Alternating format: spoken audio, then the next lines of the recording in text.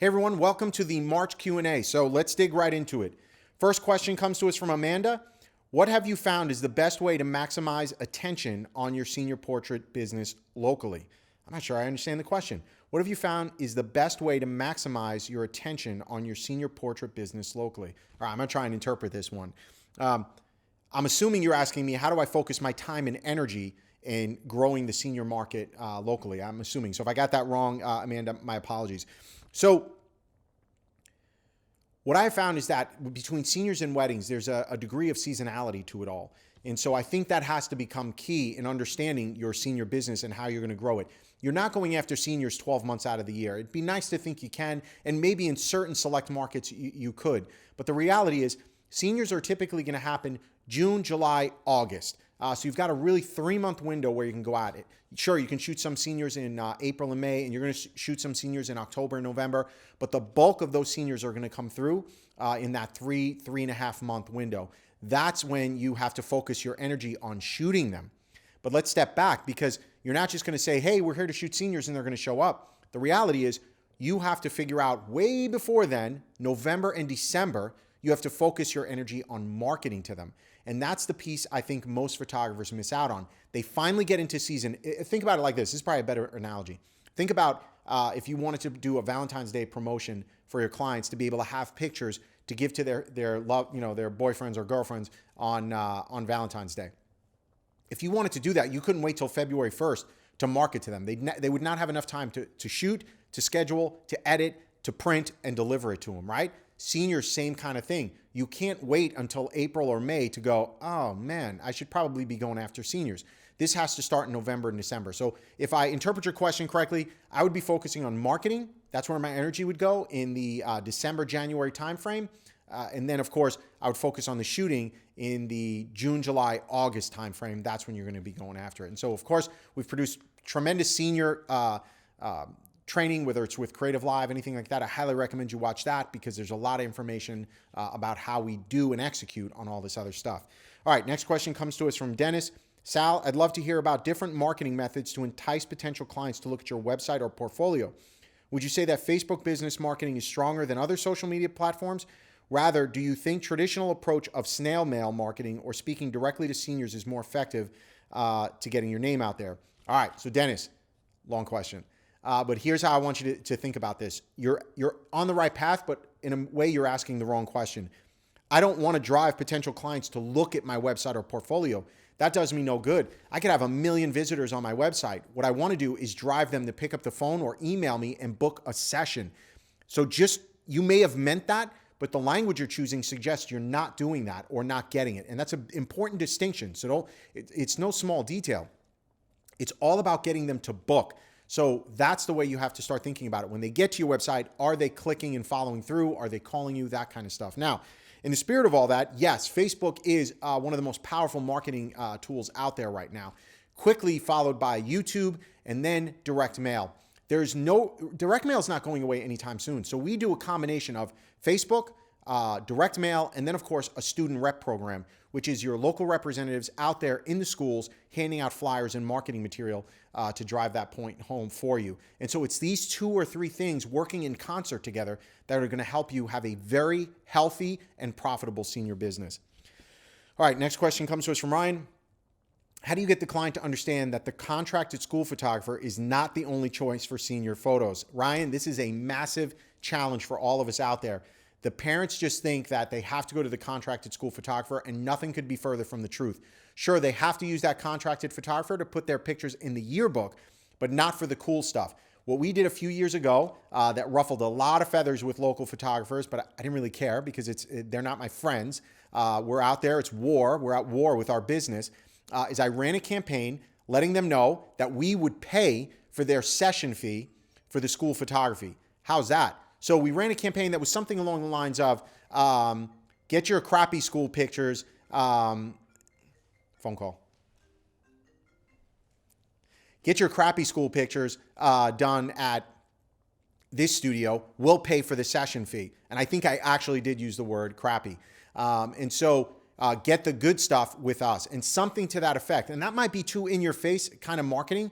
But for us, we really wanted to grab some attention, and we sure did. Everybody was talking about it. Some people were pissed off. Some people thought it was hilarious. But at the end of the day, we got people's attention. And so a campaign you could possibly run would be one that offers to pay for their session fee at that other photographer for their yearbook photo. So we'll pay for your yearbook photo. Get your creative shots done here. Something to that effect. Next question comes to us from David. Any advice on battling the perception that you are too expensive? It's a real battle, brother. I deal with it every single day. We know that we are losing clients that like our work a lot, but do not even contact us because the perception is that it costs a lot to come to our studio. David, the only way to battle that perception is to make sure the other part of that equation is being met, which is value. What is your value proposition? If you don't have a strong value proposition, then what ends up happening is when they're doing this kind of cost-benefit analysis, and even though clients don't realize they're really doing it, they are in a sense, is it worth it? You have to give them the information and empower them to say, yes, this is worth it. I must have it.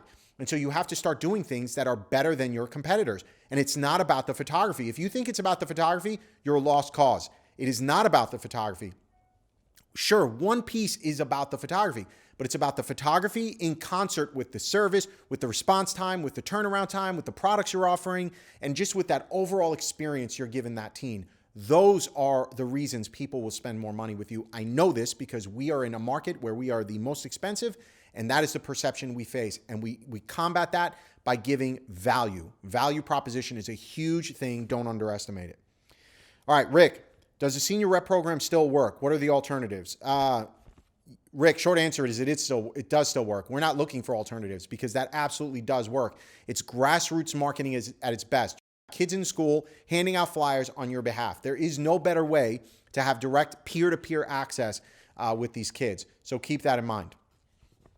Chris Alfred, who are we actually marketing to? The parents who are paying or the seniors themselves? Yes, to both. The rep program is about peer-to-peer marketing, senior to senior, and the direct mail piece is about marketing to the parents so that when the kids come home and say, hey, I want to go get this Cincotta guy to do my pictures, the parents go, I've never heard of him. You're going to use the person I used when I was a kid. You're going to use the person your sister used when she came through. How do you combat that? This is how. Direct mail to the parents, and look to companies like Marathon Press. They have a great direct mail program and they can help you out. And then it's rep program in the schools, peer-to-peer. All right, Lee, here in the UK, senior portraits isn't really a thing. Lee, I hear that from people in the United States, in New York, in California, that senior portraits are not a thing. They are a thing everywhere. Teenagers want to be cool.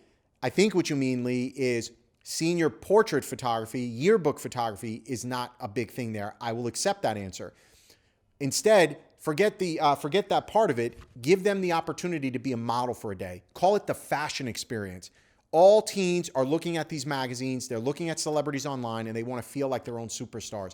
Lee, you approach it from that perspective, and you're going to have great success.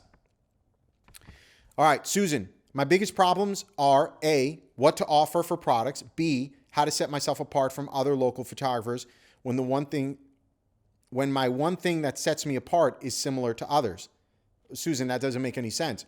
If it sets you apart, then it can't be similar to others. So whatever it is you think is setting you apart clearly is not enough of a differentiator. So you have to step back and kind of ask yourself, what can I do to be different? It could be the way you light. It could be the way you edit. It could be the way you post. It could be wardrobe. You can have wardrobe that you let the kids use. These are things that would be clear differentiators for you.